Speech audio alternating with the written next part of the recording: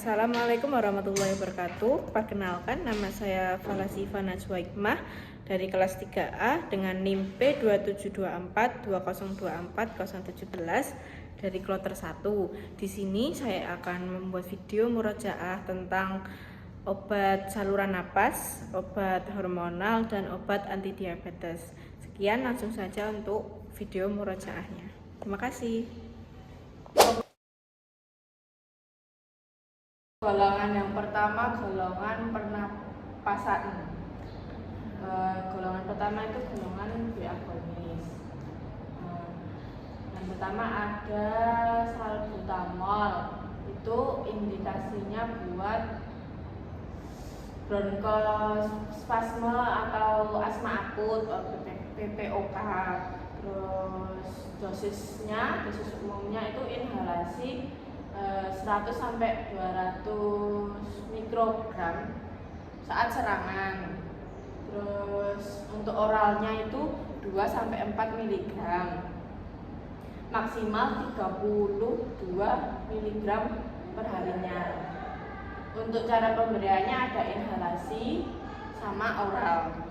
Terus efek samping utamanya yaitu bisa tremor, terus sakit kepala sama hipokalemia. Terus interaksi obat beta blocker untuk mengurangi efek, terus digoksil sama diuretik. Nanti kalau diuretik itu nanti hipokalemia. Untuk kontraindikasinya hipersensitivitas. Jadi nanti hati-hati untuk penyakit jantung atau anemia. Untuk yang kedua itu obat terbutalin untuk bronkospasme akut. Kadang untuk topolitin atau indikasi lainnya. Terus dosis umumnya suntikan atau inhalasi. Terus dosis untuk itunya seperti salbutamol oral 2 sampai 2,5 sampai 5 mg 3 sampai 4 kali sehari.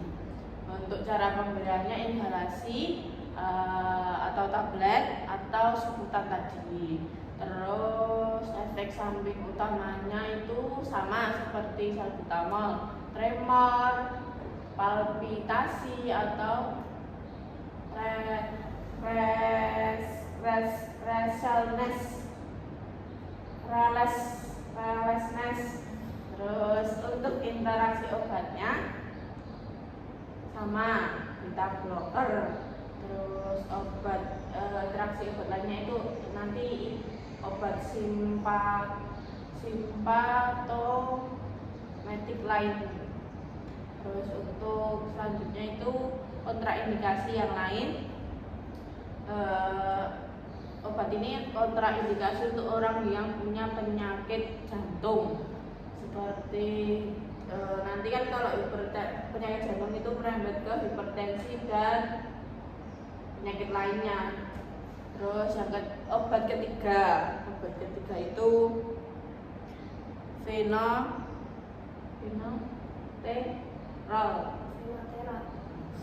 Itu indikasinya untuk bronkospasme akut atau asma akut.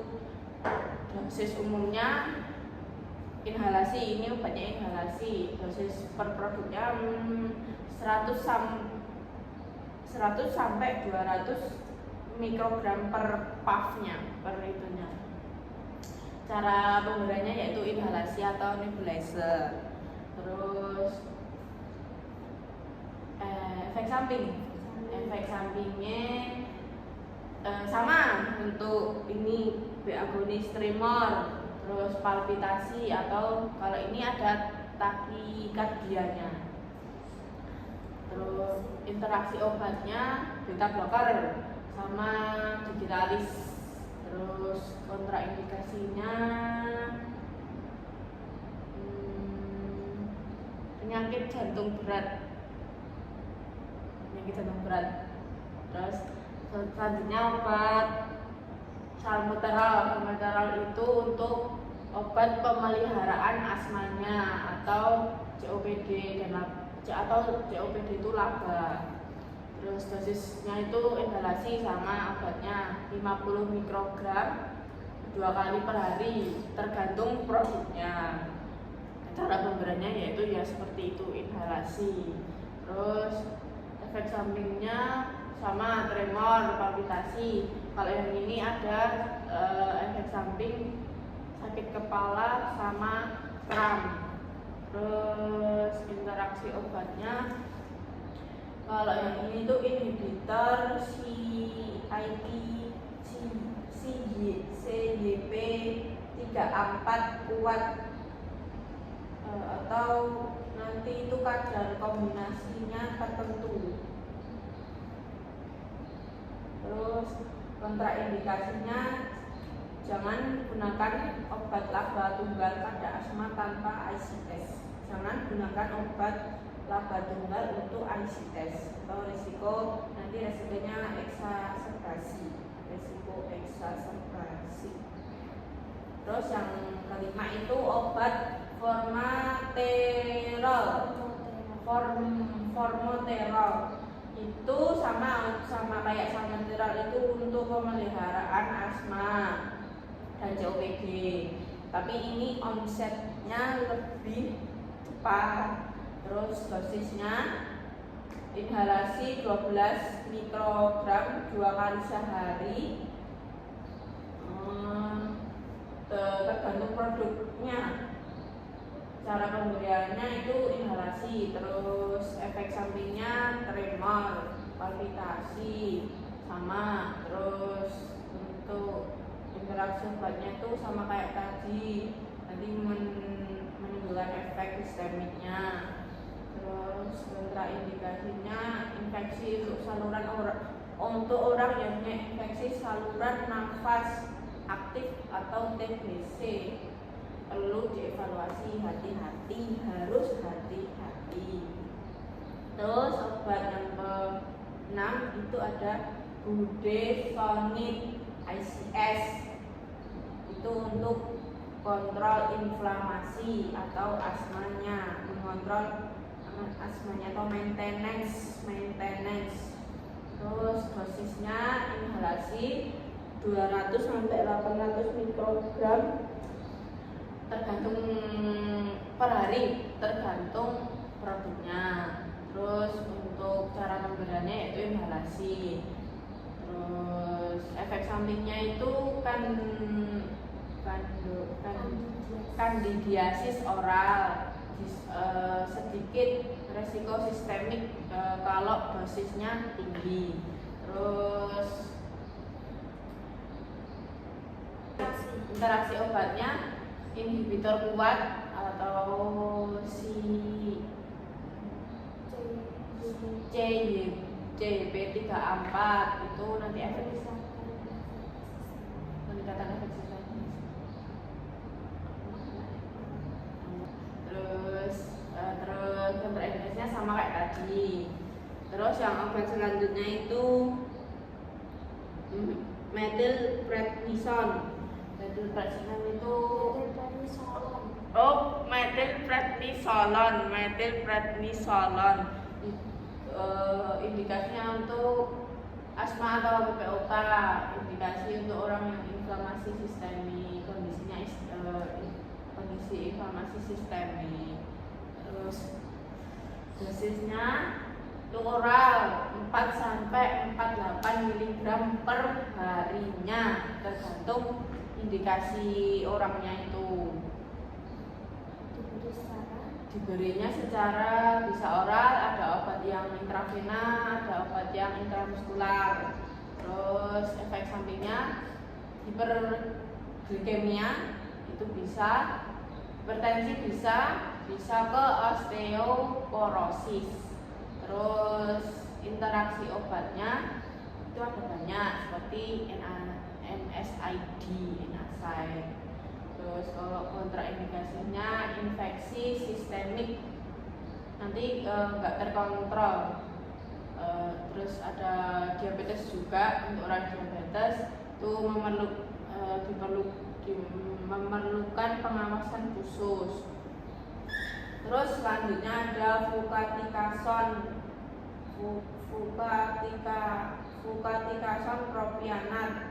Itu untuk asma, maintenance asmanya atau rinitis. Itu dosisnya inhalasi 100 sampai 500 mikrogram per hari, bervariasi itu nanti. Untuk cara pemberiannya inhalasi atau semprot hidung. Efek sampingnya kandidiasis oral atau iritasi pada hidung. Terus interaksi obatnya itu interaksi kuat pada si CYP3 CYP3A4. Nanti resiko meningkatkan resiko sistemik. Untuk kontraindikasinya hati-hati jika memakai obat inhibitor tadi. Terus selanjutnya itu ada obat CTM, chlorpheniramine.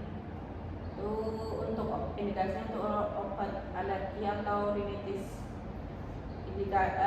Dosisnya 4 sampai 4 mg setiap 4 sampai 6 jam. Terus cara pemberiannya itu oral. Efek sampingnya ngantuk, terus mulutnya tuh kering atau pecah-pecah, nanti sama konstipasi. Konstipasi itu nggak bisa ya, sembelit, terus sama retensi urin. Terus interaksi obatnya itu ada jangan digunakan sama ini itu alkohol atau obat sedatif. Kontraindikasinya glukoma, susu sempit atau untuk bayi prematur itu tidak boleh. Terus selanjutnya ada obat diphenhydramine untuk alergi akut atau biasanya untuk orang yang mabuk di perjalanan. Terus dosisnya 25 sampai 50 mg tiap 4 sampai 6 jam. Terus cara pemberiannya itu bisa oral, intramuskular, intravena atau topikal di luar. Untuk efek sampingnya karena ini kan untuk biasanya mabuk perjalanan, nanti efeknya ngantuk, terus mulut kering, bisa pusing gitu. Nanti untuk interaksi obatnya CNS depresan atau meningkatkan sedasi, nanti meningkatkan sedasi. Untuk kontraindikasinya sama, nanti glaukoma sudut, retensi urin berat, sama untuk bayi kecil itu hati-hati, atau untuk bayi yang prematur. Yang keterangan selanjutnya dimethylhidrinat sama untuk mabuk perjalanan. Nanti dosisnya 50 sampai 100 mg tiap 4 sampai 6 jam. Cara pemberiannya oral atau intramuskular. Efeknya ngantuk, mulut kering, pusing. Interaksi obatnya sama alkohol, sama obat sedatif, nanti meningkatkan sedasi. Terus kontraindikasinya sama, hati-hati seperti untuk antihistamin generasi 1. Terus selanjutnya itu ada loratadin. Loratadin itu untuk orang rinitis alergi urtikaria 10 mg sekali sehari. Kalau loratadin hanya sekali sehari 10 mg. Cara pemberiannya oral. Terus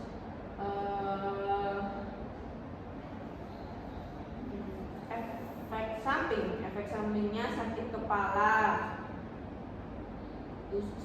sakit kepala, letih, sama mulut kering. Terus interaksi obatnya, obat ketonazol nanti dapat meningkatkan kadarnya. Kontraindikasinya itu nanti hipersensitivitas. Hati-hati untuk obat kombinasi karena dapat menyebabkan kantuk. Selanjutnya obat cetirizine itu untuk alergi musiman atau alergi kronik hanya sesaat. Itu nanti indikasi dosisnya 10 mg sekali sehari atau bisa 5 mg untuk orang yang sensitif. Itu cara pemberiannya oral. Efek sampingnya sedikit ngantuk, karena kalau loratadin itu jarang bikin kantuk, tapi kalau cetirizine itu sedikit bikin ngantuk atau sama seperti sakit kepala juga. Interaksi obatnya alkohol atau sedatif. Nanti untuk kontraindikasinya untuk orang yang punya gangguan ginjal atau perlu dosis penyesuaiannya kalau mau pakai cetirizine. Terus selanjutnya levocetirizine, turunan cetirizine itu untuk orang yang alergi lebih dari cetirizine, itu nanti dosisnya 5 mg sekali sehari, pemberiannya oral. Terus efek sampingnya ngantuk, sakit kepala, mulut kering. Terus interaksi obatnya alkohol, sedasi. Terus untuk kontraindikasinya gagal ginjal, untuk orang gagal ginjal sama kayak cetirizine, perlu penyesuaian dosis. Terus selanjutnya obat ipratropium.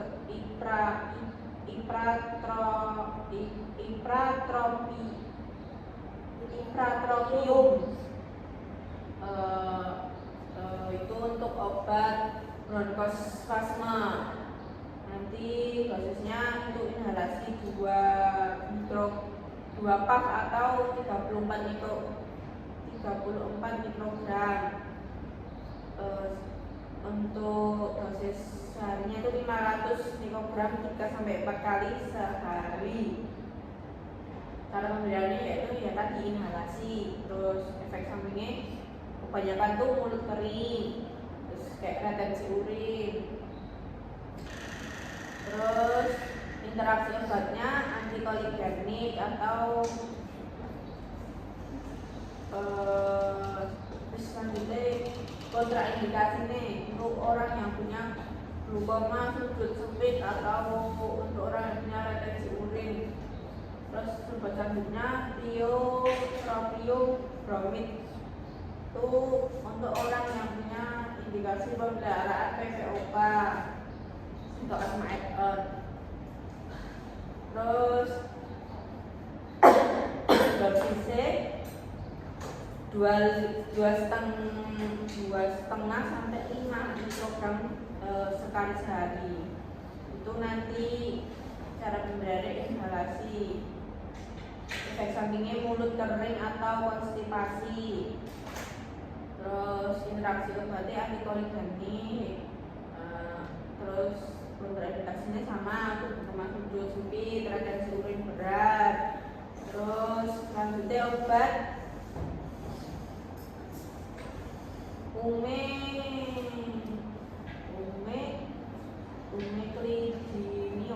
umeclidinium bromid,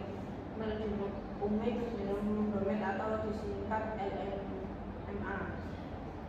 Itu untuk pemeliharaan, sama untuk pemeliharaan PPOK. Sering kalau ini untuk kombinasi, nanti dosisnya 62 sampai 62,5 mikrogram satu hari sekali. Cara pemberiannya inhalasi pasti, nanti efek sampingnya mulut kering, retensi urin. Untuk interaksi obatnya anti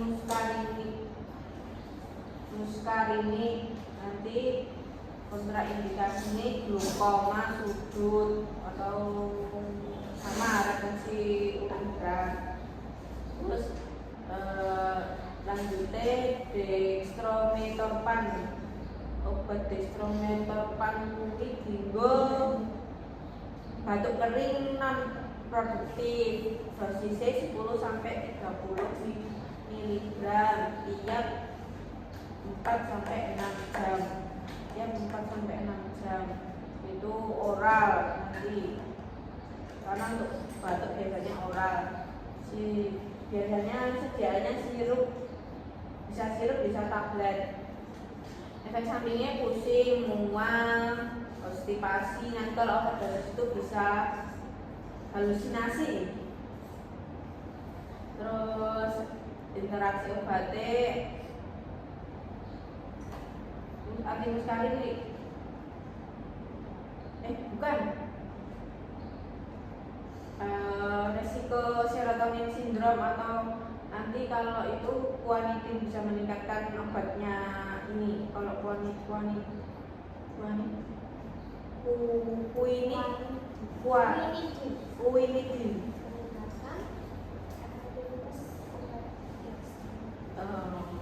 untuk meningkatkan efektivitas obatnya ini. Nanti untuk kontraindikasinya bersamaan dengan MAOI itu nanti jadi kontra. Terus selanjutnya ada kodein. Kodein itu untuk orang yang batuk berat non produktif. Itu basisnya 15 sampai 60 mg tiap 4 sampai 6 jam sesuai kebutuhan sesuai aturannya. Itu cara pemberiannya oral. Efek sampingnya sedasi, konstipasi, depresi pernapasan. Nanti kalau dosis bisa mual. Interaksi obatnya CNS depresan. Terus kontraindikasinya untuk anak kurang dari 12 tahun itu sleep apnea. Terus selanjutnya obat levotropizin.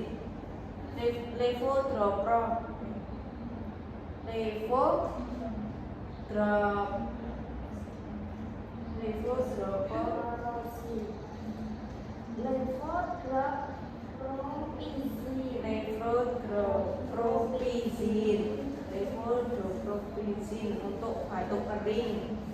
Itu dosisnya 60 mg 3 kali sehari. Cara pemberiannya oral. Efek sampingnya pusing, mual, reaksi alergi. Nanti ada reaksi alerginya. Terus interaksi obatnya minim sih, nggak ada interaksi obatnya, minim interaksi obat. Terus kontraindikasinya hipersensitivitas. Hipersensitivitas.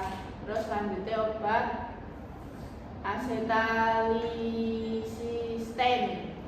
acetalisisten itu untuk obat mukolitik, untuk mengencerkan dahak biasanya.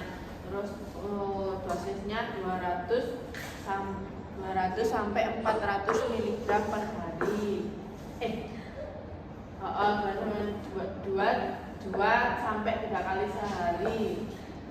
Tergantung obatnya. Cara pemberiannya ada oral, intravena, terus nebulizer itu bisa, atau inhalasi. Nanti efek sampingnya mual, muntah, pusing. Tuh. Terus interaksi obatnya biasanya interaksi untuk obat lambung. Terus kontraindikasinya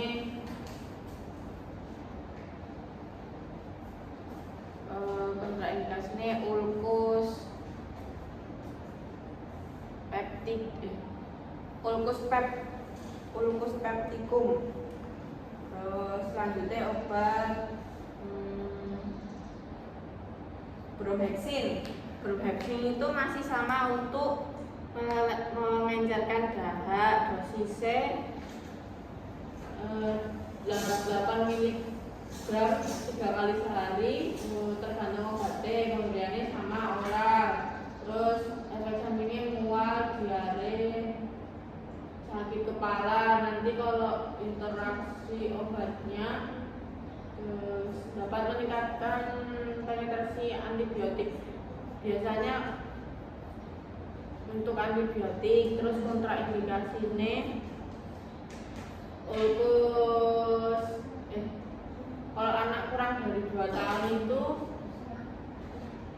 hipersensitivitas. Terus obat selanjutnya Bromhexin, terus habis itu Ambroxol, kan Ambroxol, Bromhexin sama acetylcysteine itu masih sama untuk obat pengencer dahak. Terus dosisnya 30 mg 2-3 kali sehari oral. Terus efek sampingnya mual, diare. Terus interaksi obatnya dapat meningkatkan efektivitas sama antibiotik. Terus kontraindikasinya hipersensitivitas. Yang terakhir di golongan kolitik itu Indorstein, bisa untuk indikasinya itu mengencerkan dahak. Terus dosisnya 300 mg 2 kali sehari, cara pemberiannya oral. Terus efek sampingnya mual, pusing, muntah, sakit kepala. Terus kalau untuk interaksi obatnya itu masih jarang. Kontraindikasinya hipersensitivitas. Terus selanjutnya ada obat buah penesin, itu indikasinya untuk obat ekspektoran. Terus dosisnya 200-400 mg tiap 4-6 jam. Terus cara pemberiannya oral. Efek sampingnya mual, pusing, muntah. Terus interaksi obatnya hati-hati untuk obat yang digabung. Terus kontraindikasinya sama kayak yang Bromhexin tadi, untuk anak 2 tahun itu tidak direkomendasikan. Terus selanjutnya obat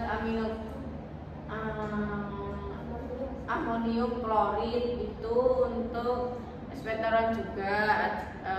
Terus biasanya dosisnya itu bervariasi sesuai di produknya, karena sediaannya sirup, itu cara pemberiannya oral. Terus efek sampingnya mual, iritasi. Terus kayak nanti itu bisa ke iritasi lambung.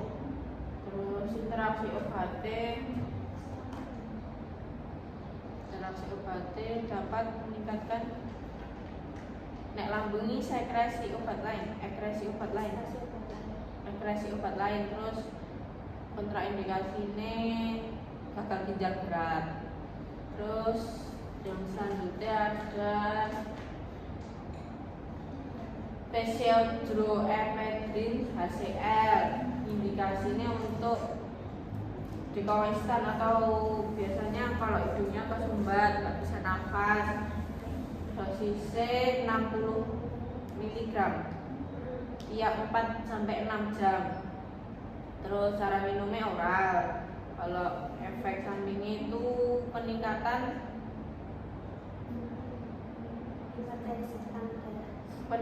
hipertensi atau tekanan darah. Terus interaksi obatnya itu anti hipersensitivitas. Kalau kontraindikasi ini sama, tidak disarankan untuk orang yang hipertensi. Terus selanjutnya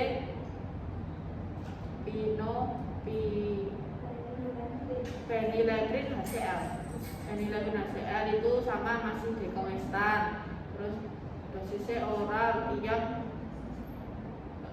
10 mg tiap 4 sampai 6 jam. Itu cara pemberiannya oral. Terus efek sampingnya tekanan darah naik atau hipertensi, terus sakit kepala bisa, terus insomnia juga bisa.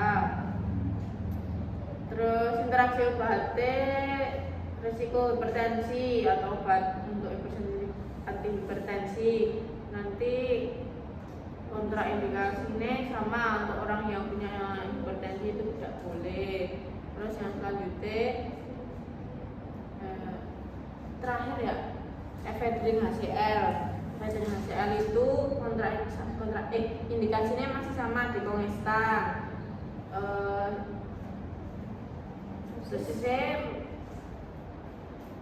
Dosisnya tergantung produknya.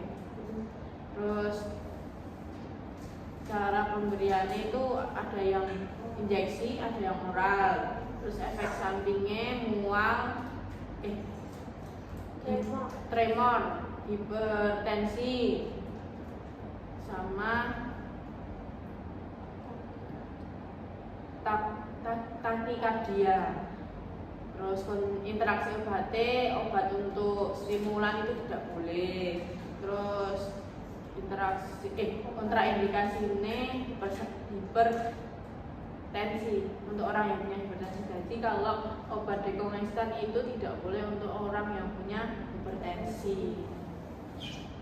Nah, diabetes yang pertama obat metformin golongan guanida itu diabetes mellitus tipe kedua, dosisnya 500 mg. Cara minumnya oral, biasanya diminum saat bersama makanan. Terus efek sampingnya mual, diare. Terus interaksi obatnya jangan sama alkohol, itu nggak boleh. Terus kontraindikasinya itu orang yang punya gagal ginjal berat tidak boleh. Terus obat yang selanjutnya ada ibuprofen, itu golongan sulfonylurea, nanti ada 3. Itu untuk DM tipe 2 semua. Kalau yang ibuprofen itu ibuprofen itu 2,5 sampai 10 mg per hari, diminumnya sebelum makan. Terus kalau glimapirid itu 1 sampai 4 mg sekali sehari sebelum makan juga. Terus efek sampingnya sama, hipoglikemia, nanti berat badannya bisa naik. Terus ada reaksi alergi juga. Terus interaksi obatnya itu untuk sama, kalau yang ibuprofen tidak boleh bersamaan dengan alkohol. Terus kalau glimapirid itu tidak boleh dengan obat yang mempunyai meningkatkan enzim CYP2C9, itu nggak boleh. Terus kontraindikasinya kalau yang Glipen itu untuk DM tipe 1, kalau glimapirid untuk DM tipe 2. Terus yang terakhir itu glifizid. Glifizid itu untuk DM tipe 2 juga, dosisnya 5 sampai 40 mg per hari sebelum makan juga. Terus efek sampingnya sama, hipoglikemia. Terus nggak boleh sama obat antibiotik, untuk obat anti jamur. Untuk kontraindikasinya nggak boleh untuk orang yang DM tipe 1. Terus glikazid itu tipe 2 juga, dosisnya 40 sampai 320 mg per hari sebelum makan juga.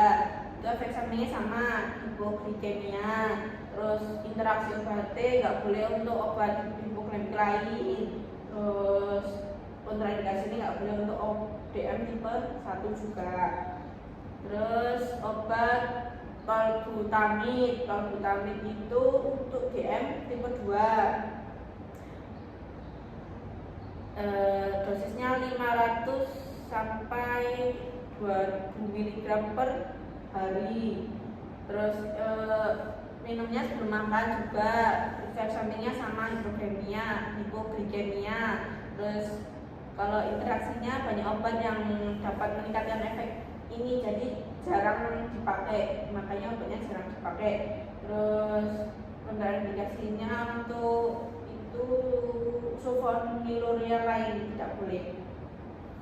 Terus selanjutnya ada pioglitazone, itu untuk golongan DM tipe 2. Terus dosisnya 15 sampai 45 mg sekali sehari, diminum sekali sehari. Terus efek sampingnya berat badan naik, retensi cairannya bengkak atau edema, resiko gagal jantung. Terus interaksi obatnya tidak boleh sama obat rifampicin, itu tidak boleh karena dapat mengandung obatnya. Terus kontrasepsi oral itu tidak boleh. Terus kontraindikasinya untuk orang yang gagal jantung nggak boleh. Terus selanjutnya ada risogritazone, itu DM tipe 2 juga, dosisnya 4 sampai 8 mg per hari, diminum sekali sehari. Sama, tidak boleh. Efek sampingnya nanti edema, kenaikan berat badan. Terus interaksi obatnya obat 3-4 itu nggak boleh. Terus kontraindikasinya sama, untuk orang yang gagal jantung nggak boleh atau punya gangguan hati, itu nggak boleh. Terus selanjutnya golongan akarbose. Akarbose itu nggak boleh. Indikasinya untuk DM tipe 2 sama, menurunkan gula darah setelah makan, diminumnya itu bersama saat makanan. Dosisnya 25 mg pertama. Untuk dosis awal 25 mg, terus dosis selanjutnya itu 50 sampai 100 mg 3 kali sehari karena bisa sama makanan. Nanti efek sampingnya kembung, perut bergas, terus diare, bergas. Terus interaksinya nggak boleh sama obat sulfonylurea. Terus kontraindikasinya itu gangguan hati nggak boleh, sama yang punya radang khusus. Terus selanjutnya ada obat Ligital. Ligital itu untuk DM tipe 2 juga, dosisnya 25 sampai 100 mg per hari, 3 kali sehari. 25 sampai 100 mg itu 3 kali sehari, diminumnya sama saat bersama makanan. Terus efek sampingnya itu kembung, diare. Terus kalau interaksi obatnya tuh jarang. Terus kontraindikasinya untuk orang yang punya penyakit usus itu nggak boleh. Terus golongan repaginid. Repaginid itu DM tipe 2 juga, untuk kontrol gula setelah makan juga. Dosisnya 0,5 sampai 4 mg sebelum makan, diminum tuh 15 sampai 30 menit sebelum makan. Jadi efek sampingnya bisa hipoglikemia bila makannya terlambat. Terus interaksi obatnya defibrozil itu tidak boleh. Terus sama kontraindikasinya DM tipe 1, gagal ginjal, gagal hati berat itu nggak boleh. Terus nategine itu DM untuk tipe 2 juga, kontrol setelah makan juga. Dosisnya 60 sampai 120 mg sebelum makan, minumnya sebelum makan. Bahkan makannya nanti 15 sampai 30 menit setelah minum obat. Efek sampingnya hipoglikemia sama. Nanti untuk interaksinya tidak boleh bersama obat hiperglikemik lainnya. Terus kontraindikasinya DM tipe 1 juga. Terus selanjutnya obat empagliflozin. Empagliflozin itu untuk tipe 2 juga. Nanti ada untuk jantungnya, dosisnya 10 sampai 25 mg sekali sehari, diminumnya oral. Sama seperti efek sampingnya itu sama seperti dapat glimazin tadi.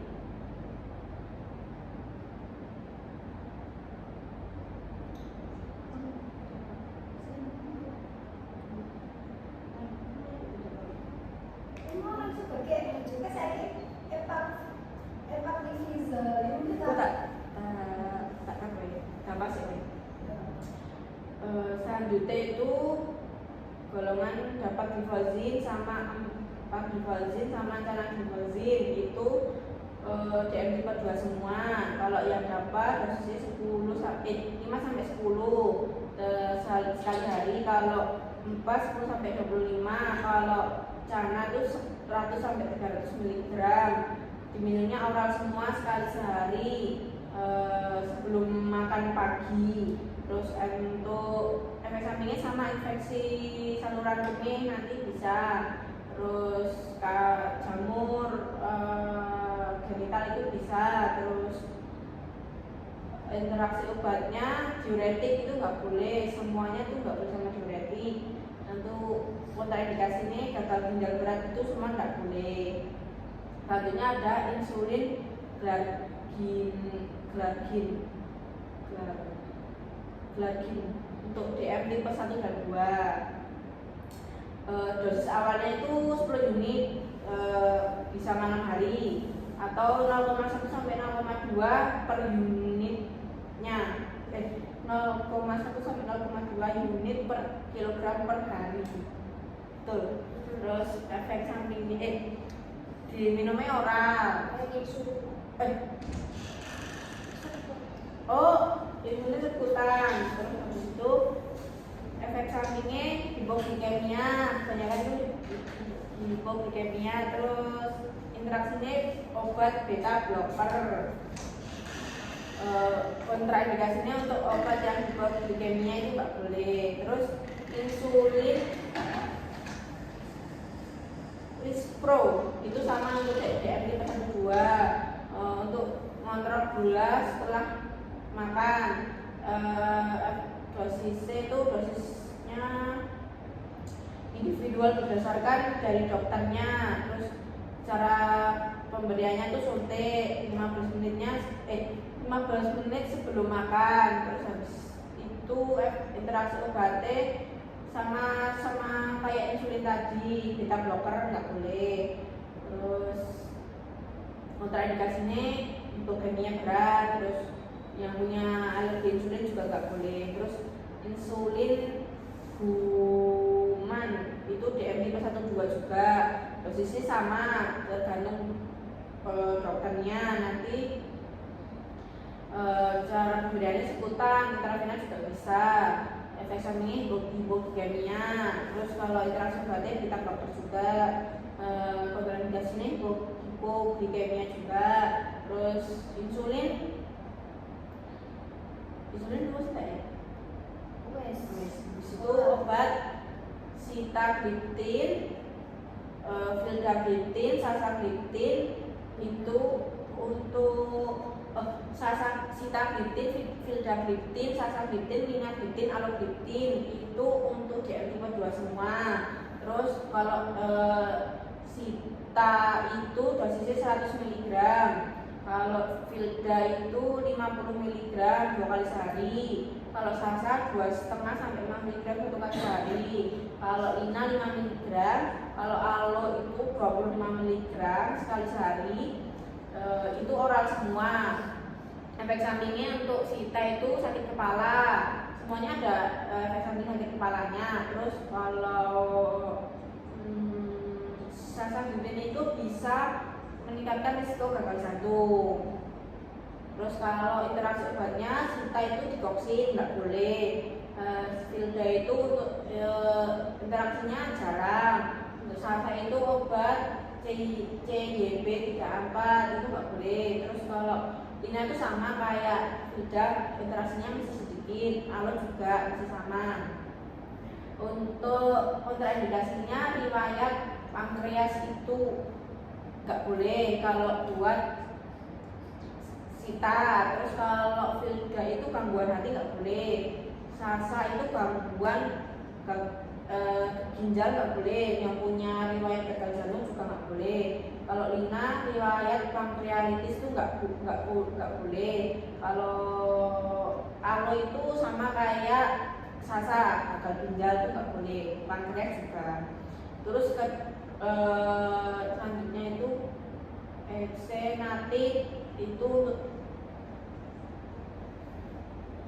eksenatit itu ada esenatid, liraglutid, dulaglutid sama semaglutid. Itu untuk DM tipe 2 semua. Terus kalau esenatid itu dosisnya 5 mikrogram 2 kali sehari. Kalau liraglutid itu 0,6 mg per hari. Kalau gula itu 0,75 sampai 1,5 per minggu. Kalau gula itu per minggu, 1 kali seminggu. Terus kalau sema itu 0,5 sampai bisa sampai 0,25, itu juga 1 kali seminggu. Terus cara pemberiannya itu suntik semua, seputar, terus interaksi efek sampingnya mual muntah semua, terus kayak penurunan berat badan. Sama kalau yang semaglutid sama esenatid itu bisa pankreatitis, tapi itu jarang terjadi. Terus kalau interaksi obatnya itu bisa memperlambatkan fungsi obat oral lainnya. Terus kalau kontraindikasinya itu esenatid itu yang punya kanker nggak boleh. Terus sama kalau lira, gula, sema itu untuk yang punya pankreatitis nggak boleh. Terus selanjutnya itu ada udah habis ya. Terakhir itu yang golongan utang itu golongan GL itu 12. Selanjutnya golongan endokrin itu ada dutasterid sama finasterid. Kalau duta itu nanti dosisnya 0,5, kalau fina itu 5 mili. Terus kalau efek samping itu pusing luar. Terus kalau fina itu libidonya turun, libidonya turun. Terus interaksinya kalau fina tuh gak ada, cuma ada di duta itu nanti interaksi sama cimetidine. Terus ada selanjutnya prednison, nitroglycerol sama dexamethasone. Itu nanti posisi kalau prednison 5 sampai 60, kalau metil itu 4 sampai 48, kalau dexa itu 0,75 sampai 9 mg. Itu nanti per hari semua 1 kali sehari. Terus kalau efek sampingnya nanti itu hipertensi bisa, BB naik bisa, terus nafsu makannya turun bisa, naik bisa, sama pusing. Kalau interaksi obatnya nanti semua berinteraksi dengan aspirin. Kalau prednison itu sama furosemid, kalau metil prednison sama obat diabetes itu nggak boleh. Kalau dexa itu sama furosemid juga. Terus selanjutnya ada metilrapon, terus sama itu nanti dosisnya 30 mg. Terus sampingnya hipotensi. Terus kalau interaksi obatnya nanti itu meningkatkan toksisitas. Kalau selanjutnya itu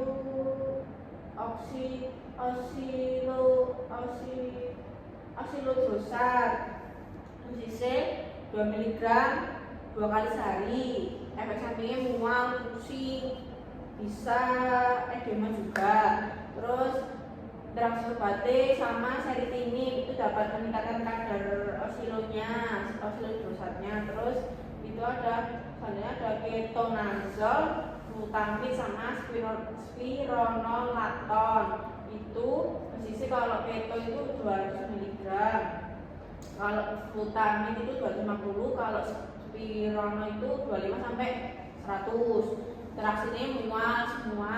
Kalau yang spirono itu ada edemanya. Terus kalau interaksi obatnya bakarin semua nanti. Tapi kalau spirono itu ada amonium kloridanya itu nggak boleh. Terus selanjutnya ada somatropin sama mekasermin. Itu dosisnya somatropin itu 0,15 sampai 0,3. Kalau meka itu 0,4 stok. Itu kalau soma itu per hari, kalau meka itu tergantung bijinya. Efek sampingnya Soma itu diare, kalau mega itu ruang, kayak buka. Terus interaksi obatnya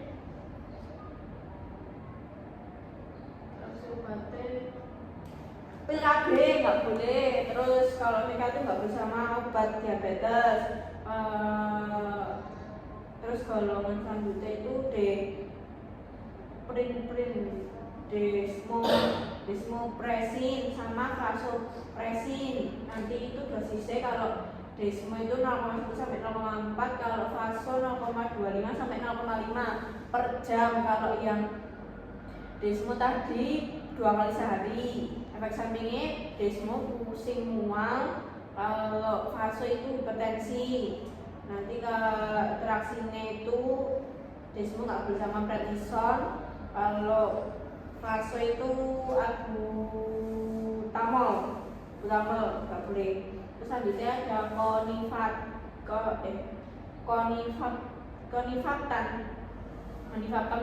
Nanti konifaktan itu dosisnya 20 mg per 30 menit. Terus efek sampingnya gatal, interaksinya masih jarang. Terus yang selanjutnya itu ada 2 elabolik sama renubolik. Itu dosisnya kalau ela itu 150, kalau relu itu 400. Terus kalau efek sampingnya itu relu itu bengkak. Kalau ela itu urinnya pipis bisa kuning. Kalau interaksinya itu meningkatkan obat DRH sama obat osteoporosis. Terus kalau selanjutnya itu ada elagestran sama fulvestrant. Itu dosisnya 345 sama 500. Efek sampingnya sama, nyeri otot. Nanti kalau interaksinya itu abetampir sama metabolis turun dengan adeninnya. Terus selanjutnya ada letrozol, itu dosisnya 2,5. Interaksinya nyeri sendi, nyeri punggung, nyeri otot. Terus efek sampingnya kalau interaksinya tidak boleh barang obat menopause. Terus selanjutnya ada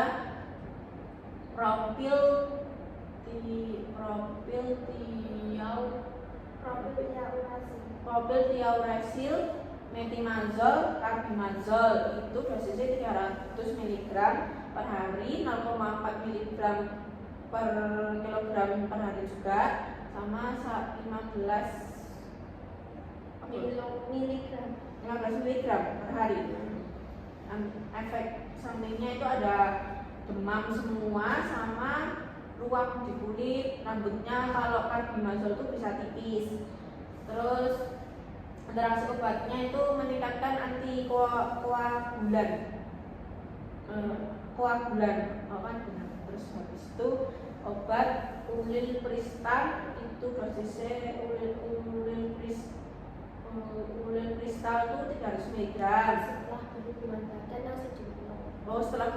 Setelah berhubungan badan langsung diminum. Efek sampingnya itu sakit kepala sama nyeri perut. Terus interaksi obatnya nggak boleh sama carbamazepin. Terus selanjutnya ada levothyroxine, itu dosisnya 0,5 sampai 1 mg per hari. 0,5 sampai 1 mg per hari. Efek sampingnya itu haidnya tidak bisa teratur. Nanti sama interaksi obatnya nggak boleh sama obat lambung. Terus steroid itu 30 mg per hari. Efek sampingnya itu sesak nafas, rambut rontok, nggak boleh sama pil KB. Terus ada levonorgestrel sama estradiol-valeret, itu nanti dosisnya 1,5 mg sama 10 sampai 20 mg. Efek sampingnya itu ada sakit perut, ada mual sama pilek. Kalau yang levo itu nggak boleh sama rifampicin, Kalau estradiol itu nggak boleh sama letrozol. Terus selanjutnya ada lioplorid itu dosisnya 3,75 mg per bulan, berarti 1 bulan sekali. Efek sampingnya bisa jerawatan, terus sama kayak nafarelin sama histarin itu sama, nanti jerawat juga. Terus selanjutnya ada leoplorid sama buserin itu dosisnya 3,75 sama 3,6 mg per. Kalau garin itu kayak buserin itu per bulan, sama leoplorid juga per bulan. Efek sampingnya osteoporosis. Terus interaksinya steroid semua. Terus ada liotirosin sama protirelin itu dosisnya 15 mikrogram per hari kalau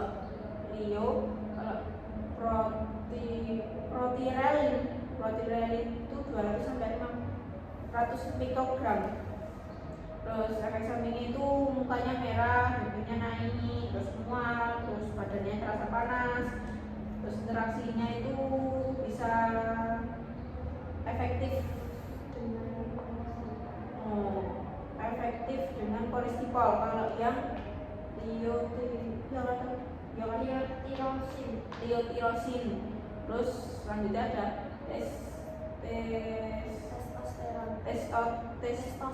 testosteron itu dosisnya 300 mg per puffnya. Itu efek sampingnya bisa nyeri dada.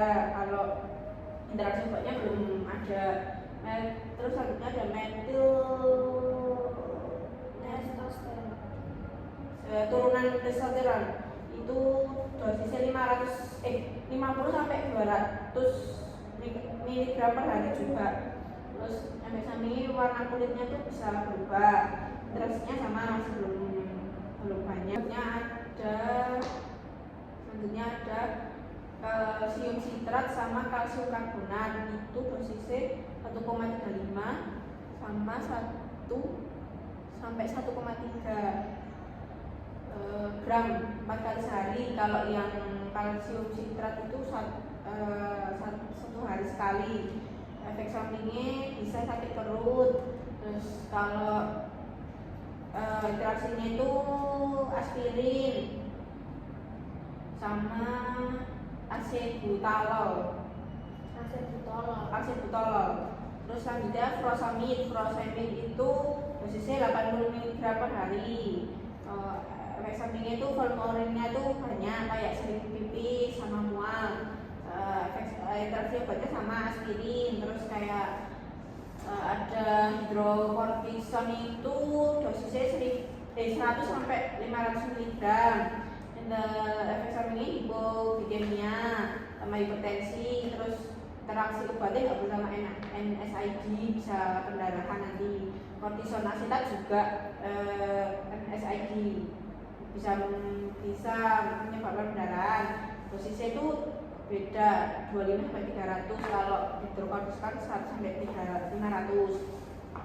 Terus turunannya itu ada metilprednison itu dosisnya 4 sampai 200. Efek samping itu BB-nya naik kalau turunannya prednison itu. Nanti interaksinya sama aspirin. Terus sama teraparatit sama abolaparatid itu dosisnya kalau kalau tero itu 20, kalau abalo itu 80 mikrogram per hari. Terus efek sampingnya pusing mual semua. Sama kalau tero itu hipotensi. Terus kalau tero itu interaksi sama dioksin. Tapi kalau albalo itu belum ada. Sekian video dari saya. Apabila ada kesalahan penyebutan atau dan lainnya, mohon maaf yang sebesar-besarnya. Wassalamualaikum warahmatullahi wabarakatuh. Bye bye.